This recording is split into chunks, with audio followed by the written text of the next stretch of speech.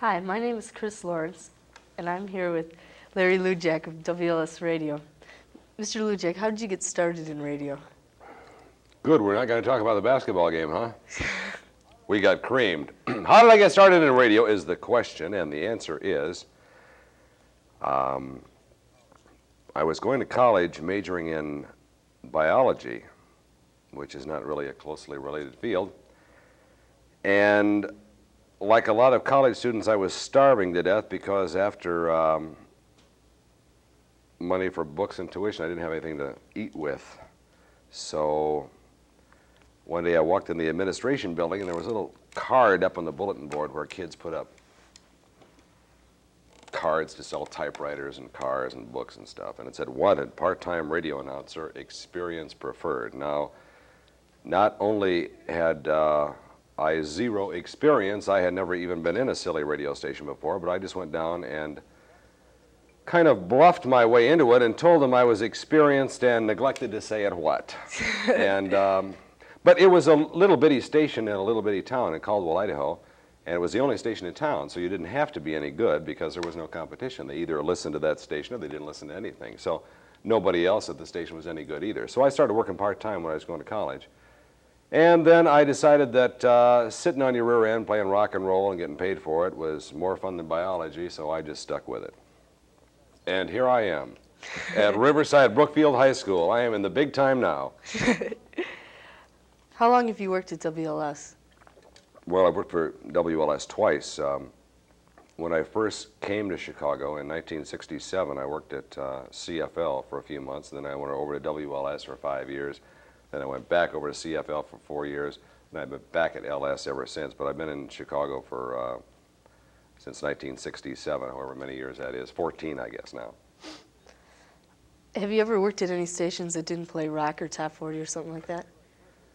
Well, the very first radio station I worked at, when you're the only radio station in town, you kind of have to be all things to all people. So this station was really a mess. Caldwell, Idaho has 10,000 people, and in the morning they played country and western music for the farmers. Then in the middle of the day they played soft stuff, Nat King Cole and Frank Sinatra for the housewives. Then when the kids got out of school at 3, they switched to rock and roll. Then they went back to country and western at night, and then at midnight they played Spanish music for all the Mexican migrant workers in the area, so it was a little of everything. But most of the radio stations I worked at have been rock music. When did you start doing animal stories? A long time ago, about 1969, I think. But I haven't been doing it continuously. I would do it for a couple, 3 years and get sick of it, and then start it up again a couple, 3 years later. So it's been kind of off and on. Do you have any favorite stories that have been on Animal Stories? No. No? Yes. I think the most bizarre story that we ever had on, you want to hear this story? Yeah. Okay. Okay, I'll tell it to you. Was the story of Mike the Headless Rooster. And this was a true story that happened in Colorado, and it was in Life magazine, and it was back in 1945 or something. And somebody was cleaning out their basement and found this in an old Life magazine and sent it in to me. This farm couple out in Colorado decided to have chicken for dinner, so they chopped this chicken's head off. Now, normally when you chop a chicken's head off, it flutters around for a while and keels over dead.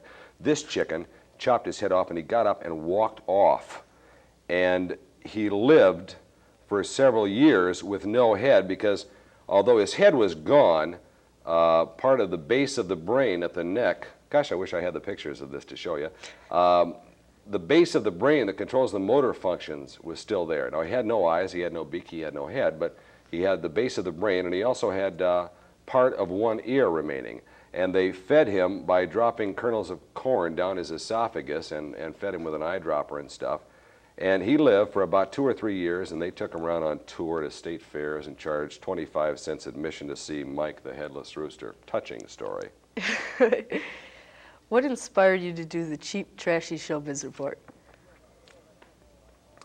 Well, that's something that I call common denominator programming. It's like animal stories. Everybody likes animals. Everybody at one time or another in their life has had a pet or everybody goes to the zoo on occasion. Everybody likes animals. And the Cheap Trashy Showbiz Report is the same thing, that people, for some reason, in our society are very interested in the lives of celebrities. Thus the success of People magazine, for instance. People like trash. Hey, look at Dallas. Dukes of Hazzard. But for instance, if you see a picture on the front page of the paper of Elizabeth Taylor, now you may not care about Elizabeth Taylor, you may not even like her, but you will read what's underneath that picture. For some reason, everybody's interested in celebrities, so that's why I do it. And we specialize in all the divorces and paternity suits and nose jobs and silicone jobs in Hollywood. It's cheap and it's sleazy. You wrote a book about yourself, didn't you? Geez, did you have to bring that up? Yes, I did. Not one of the things that I am most proud of in my career. Gosh, I hope you haven't read it. I did. You don't look mature enough to handle it, Kris. You read it anyway? Yeah. I hope you didn't pay for it. Yeah. Oh my gosh. Boy, is she silly. What about the book? Yes, I wrote it. I wished I hadn't. Do you have any comments about WLS hiring Steve Dahl? I don't know what to say about that yet. I think it could be a real good move for the station because obviously there are a lot of people out there that like Steve Dahl. There are also a lot of people who don't like Steve Dahl. But I think if he is, I think he's a very creative, talented individual, and if he is willing to accept some direction and not freewheel it all the time, I think it could be a real good deal for the station, but time will tell. The jury is still out on Steve Dahl. Do you like the music you play? I like about 80% of it, but that's when we first start playing it. Naturally, after you sit there every day and you hear those songs crashing through your headphones day after day after day, you eventually get sick of all of them. But when they first come out, I'd say when they're first added to the playlist, I like about 80% of what goes on there.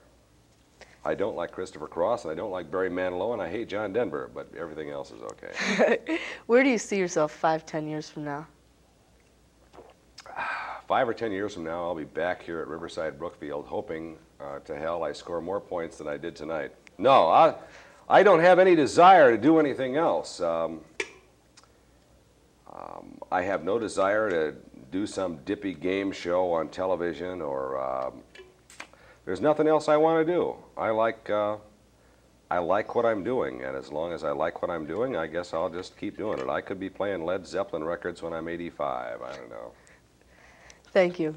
This is Kris Lawrentz with Larry Lujack. Bah.